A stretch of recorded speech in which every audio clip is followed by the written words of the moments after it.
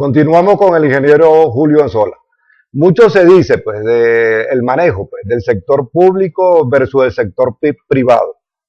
Y muchas personas también señalan de que es más eficiente pues, el sector privado que el sector público en relación pues, a esta serie de políticas que tienen que ver con el aparato productivo, que muchas veces el sector del Estado invade pues, al sector privado, lo aparta, lo aísla, lo coacciona y no lo deja actuar libremente. En relación a eso, ¿qué tienes que decirnos, Julio? Sí, eso que tú señalas, Andrés, es una cosa bastante interesante y muy importante. Eso es algo que ha sido estudiado por toda la ciencia económica, el efecto o el papel que cumpla el sector privado versus el sector público. O sea, uno de los temas más debatidos cuando se habla de todas estas ideologías que se quieren implantar pues en los diferentes gobiernos. Se habla mucho de ese papel que juega el sector privado y cuál es el papel del sector público. Pero es interesante señalar, vamos a hacer mención a esta gráfica, por favor, la gráfica número 2, para vamos a la segunda lámina. Mostrarle este también como un resultado del trabajo que hizo el doctor Batista, donde él grafica en el tiempo cómo se ha movido el capital en un país como Estados Unidos, un país de primer mundo, un país desarrollado, un país que todos lo conocemos, la capacidad económica y el desarrollo que existe en ese país. Vemos que el capital privado está muy por encima del capital público y se ha mantenido en el tiempo. Ahí la gráfica creo que es hasta el 2005. Hasta el 2005 prácticamente se mantiene plano y abajo se mantiene también plano el capital público. Entonces vemos que países con desarrollo económico sumamente grandes, con capacidad financiera grande, con condiciones de vida extraordinarias, el capital privado siempre casi duplica al capital público. Y esta gráfica que hoy ustedes ven aquí de Estados Unidos se repite en Inglaterra, en Alemania, en Francia, en casi todos los países desarrollados del mundo se repite esta característica, donde el capital privado está por encima del capital público. Por favor, muéstrame ahora la tercera gráfica, la tercera lámina. Esta es el capital, cómo se ha manejado el capital en Venezuela durante el tiempo. Ahí tenemos, o sea, creo que hasta el 2005 tenemos cómo se ha manejado, cómo se ha movido el capital. Vemos que en un momento determinado el capital público estaba muy por debajo del capital privado.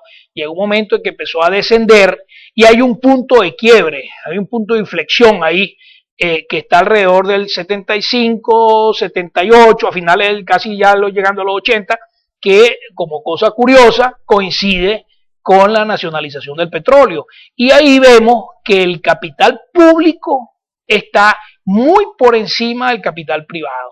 Entonces es importante que ustedes entiendan estas gráficas porque mucha explicación de lo que pasa hoy en Venezuela se debe a esto y muchas de las conversaciones o los debates que podamos tener acerca de la participación del capital privado en la economía de los países y muy especialmente en Venezuela, aquí vemos claramente que el capital público está muy por encima del capital privado y hoy vemos que el PIB viene bajando, que no se están dando las condiciones, que tenemos un país complicado desde el punto de vista económico, hay una gran dependencia, somos un país rentista, que dependemos exclusivamente de que el precio del petróleo esté bueno o no esté mal. Entonces, si tuviéramos un sector privado fuerte, productivo, que estuviera participando, creando riqueza, muy importante, para poder repartir la riqueza hay que crearla. No puedes repartir si no creas, si no existe riqueza.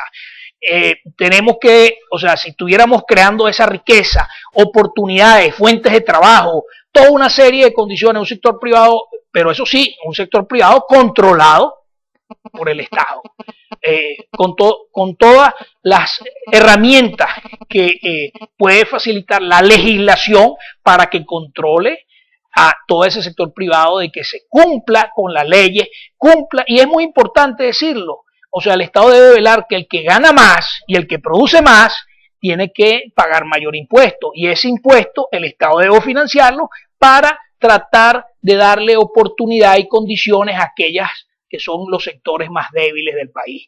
Esa es la forma como se maneja una economía sana. O sea, yo no lo digo yo, lo dice el doctor Asdrúbal Batista, lo dicen casi todos los economistas, lo vemos a cada rato. Es importante que señalemos, pues, el caso de China, Andrés, el caso de China es un caso muy emblemático. O sea, un país que viene con una tradición socialista, pero enorme, ¿verdad?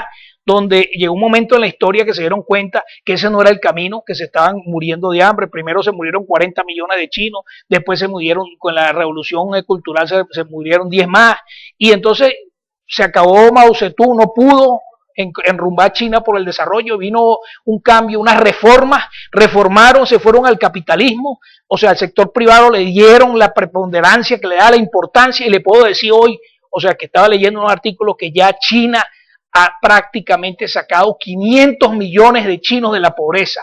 500 millones de chinos de la pobreza. ¿Por qué? Porque entendieron que ese era el camino que había que seguir.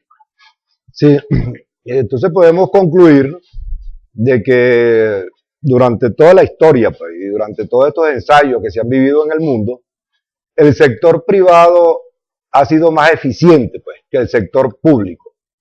Y que en cuanto a la generación de riqueza, y que al generar pues esa riqueza y al lograr esa cierta independencia, pues, que se traduce también en soberanía, podemos decir que ha mejorado pues el nivel de vida de cada uno de sus ciudadanos.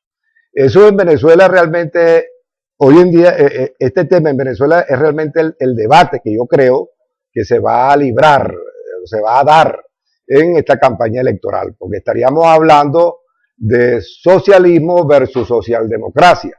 Y entendemos pues que en el socialismo, que es comunismo, según Fidel Castro y según muchos estudiosos de los regímenes políticos, no acepta, pues como se dice, la empresa privada tradicional que nosotros conocemos. No existe la libertad de empresa. En cambio, en la socialdemocracia se permite todo tipo de organización. Puede haber la empresa del Estado, puede haber la empresa mixta, puede haber las cooperativas, la gente tiene oportunidad de conformar un tipo de empresa y de repente otra. Hay como más elasticidad, pues esa elasticidad permite entonces que las cosas evolucionen de una manera más asertiva. De modo que si analizamos el caso concreto, pues el caso de Venezuela, yo creo que en ese interés de querer colectivizar las cosas, en ese interés de erradicar a la empresa privada tradicional, bueno, nos ha traído como consecuencia, entre otras razones, esta grave crisis, pues, porque se han cerrado empresas, porque se ha invertido un dinero en muchas empresas que el Estado hoy en día tiene que no son realmente productivas. De modo pues que allí hay un ensayo más que simple y llanamente, lamentablemente nos dice que ese modelo, pues un modelo netamente socialista, donde no existe la libertad de empresa, no conduce a la riqueza que aspiramos. Vamos a compromisos comerciales y ya regresamos con el ingeniero Julio Sola.